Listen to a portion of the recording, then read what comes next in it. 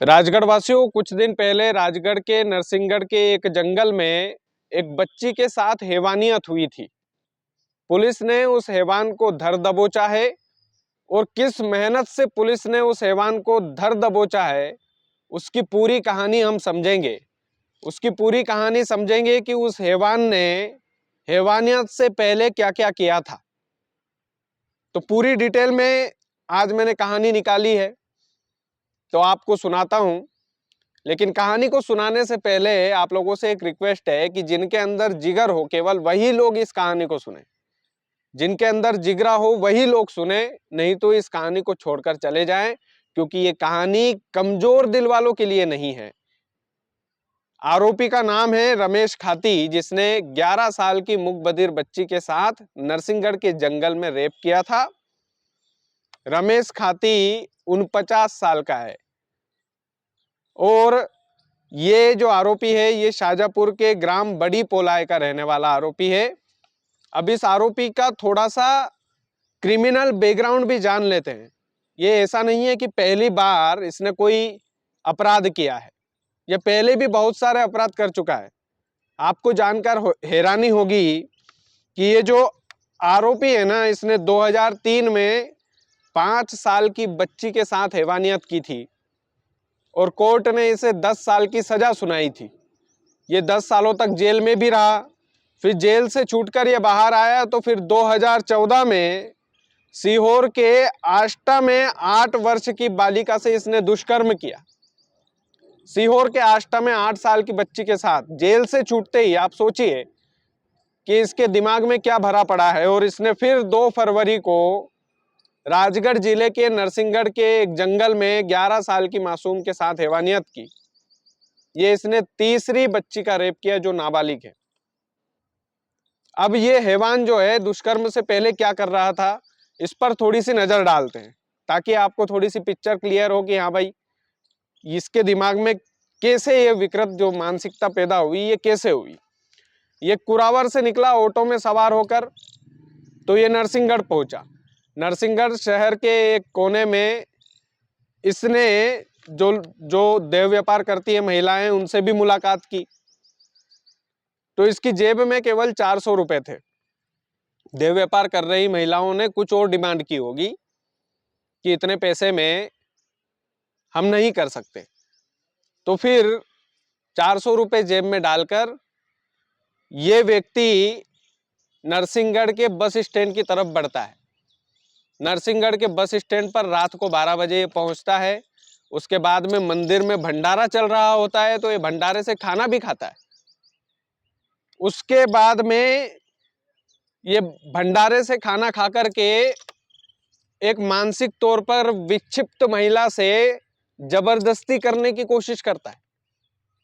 आप सोचिए, सबसे पहले ये सेक्स वर्कर्स के पास जाता है, वहां से काम नहीं होता है तो ये फिर नरसिंहगढ़ के बस स्टैंड पर पहुंचता है। नरसिंहगढ़ के बस स्टैंड पर पहुंचकर ये मंदिर में चल रहे भंडारे में खाना खाता है। उसके बाद में एक मानसिक तौर पर विक्षिप्त महिला से जबरदस्ती करने की कोशिश करता है, तो लोग देख लेते हैं। उसके बाद में लोगों के द्वारा इसे भगाया जाता है। फिर ये पैसों की जुगाड़ में निकलता है कि जैसे तैसे मैं पैसों की जुगाड़ करूं, चोरी चकारी करके।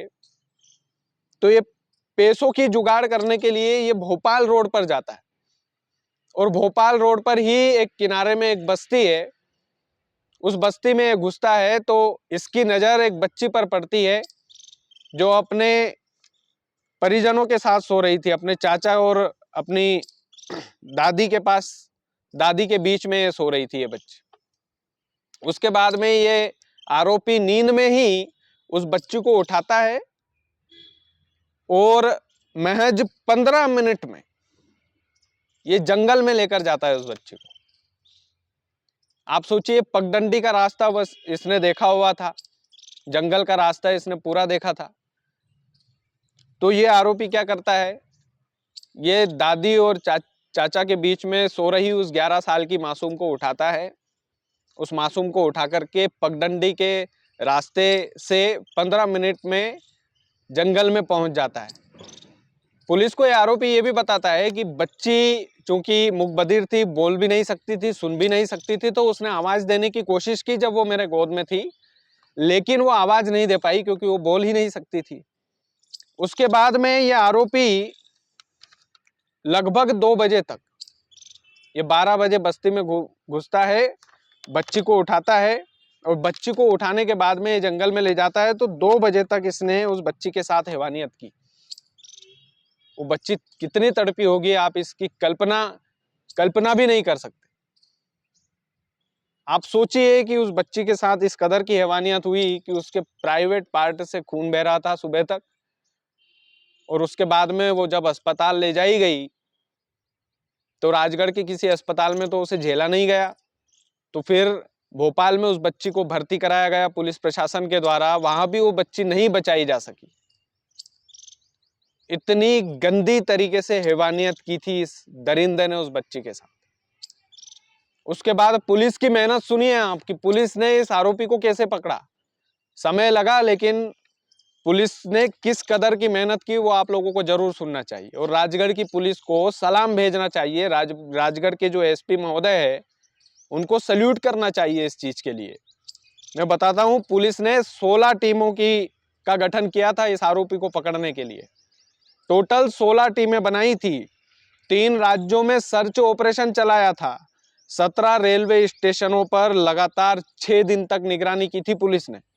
400 से अधिक घंटों के सीसीटीवी फुटेज खंगाले से 400 से अधिक घंटे के सीसीटीवी फुटेज लगातार पुलिस ने खंगाले, और 418 संदिग्धों से पूछताछ हुई। 382 मजदूरों से इस मामले में पूछताछ की पुलिस ने, और भी अन्य स्थानीय लोगों से इस मामले में जानकारी जो है जुटाई पुलिस। यानी कि ग्राउंड लेवल पर भी पुलिस काम कर रही थी, सीसीटीवी फुटेज भी पुलिस खंगाल रही थी, रेलवे स्टेशनों पर लगातार नजर बनाए हुए थे पुलिस के जवान। 3 राज्यों में सर्च ऑपरेशन चलाया जा रहा था इस दरिंदे को पकड़ने के लिए, और 16 विशेष टीमों का गठन पुलिस की तरफ से किया गया था। और आपको जानकर हैरानी होगी राजगढ़ वालों कि पुलिस ने आखिरकार इस दरिंदे को पकड़ लिया। और पकड़ा कहां से? होड़ा माता क्षेत्र के जंगल से इस आरोपी को गिरफ्तार किया गया है। और अभी हाल ही में राजगढ़ जिले के एसपी और पुलिस बल उस पूरे सीन को रिक्रिएशन करने के लिए रात को 12 बजे से तो 4 बजे तक लगे रहे। रात में 12 बजे से 4 बजे तक दरिंदे से एक एक पूछताछ हुई। किस रास्ते से गया था, कैसे बच्ची को उठाया था, पूरा क्राइम का जो रिक्रिएशन होता है पूरा का पूरा वो करवाया, पुलिस की मौजूदगी में हुआ। और उसकी वीडियोग्राफी भी बकायदा पुलिस ने करवाई है। लेकिन वो वीडियोग्राफी हम भी नहीं दिखा सकते क्योंकि हमारे अंदर भी इतनी हिम्मत नहीं है, और पुलिस वाले भी हमें नहीं दे सकते क्योंकि जाहिर सी बात है कि कुछ सीक्रेट बातें होती है, कुछ रहस्यमयी बातें होती है जो जनता तक नहीं पहुंचनी चाहिए। तो राजगढ़ वालों, ये दरिंदा तीसरी बार रेप की घटना को अंजाम देता है। और इस दरिंदे को जब इसने दूसरी बार 8 साल की बच्ची से दुष्कर्म किया था सीहोर के आष्टा में, तब इसे फांसी की सजा भी सुना दी गई थी। उसके बाद में फिर सुप्रीम कोर्ट में ये मामला शायद विचाराधीन है। शायद इस बात में मैं कंफर्म नहीं हूं, लेकिन हाँ, सुप्रीम कोर्ट तक इस आरोपी की जो है ये पूरी क्राइम कुंडली गई है। और मुझे उम्मीद है कि इस आरोपी को इतना सब कुछ होने के बाद कानून छोड़ेगा नहीं। अब इस आरोपी की केवल और केवल जो बची हुई जिंदगी है, मेरे ख्याल से 6-7 महीने के अंदर इसको फांसी की सजा ही मिलेगी, और मिलना भी चाहिए। लेकिन ये जो घटना है ये बड़ी मेहनत से मैंने जुटाई है। जाहिर सी बात है कई सारे अखबार, कई सारे मीडिया चैनलों ने इस घटना को कवर किया, लेकिन डिटेल में इस घटना को बताने की मैंने कोशिश की है। उम्मीद है आपको पूरी घटना समझ में आई होगी कि आरोपी ने दुष्कर्म से पहले क्या क्या किया था, दुष्कर्म के बाद किस तरीके से पुलिस ने उसे पकड़ा, और किस तरीके से इसकी क्राइम कुंडली, जो पहले वाली क्राइम कुंडली है, वो भी सब कुछ बयां करती है। इस तरीके का अपराधी भी यदि अभी तक जिंदा है तो फिर कानून व्यवस्था पर, जो न्यायपालिका है, उन पर सवाल तो उठेंगे ही, जाहिर सी बात है। लेकिन राजगढ़ वालों, इस वीडियो को जरूर शेयर कीजिएगा। चैनल यदि आपने सब्सक्राइब नहीं किया है तो प्लीज़ कर लीजिएगा। और राजगढ़ की पुलिस को, राजगढ़ के पुलिस कप्तान को हमारी तरफ से वाकई में सल्यूट है, क्योंकि इतनी मेहनत उन्होंने की है कि आप वो 3 दिन की रिमांड पर इसको, आज रिमांड शायद पूरी हो जाएगी और पुलिस और भी रिमांड लेने की दरख्वास्त करेगी न्यायालय से और मिल भी जाना चाहिए। बाकी आप वीडियो को ज़्यादा से ज़्यादा शेयर कीजिएगा। चैनल यदि आपने सब्सक्राइब नहीं किया है तो प्लीज़ कर लीजिएगा। बहुत बहुत धन्यवाद।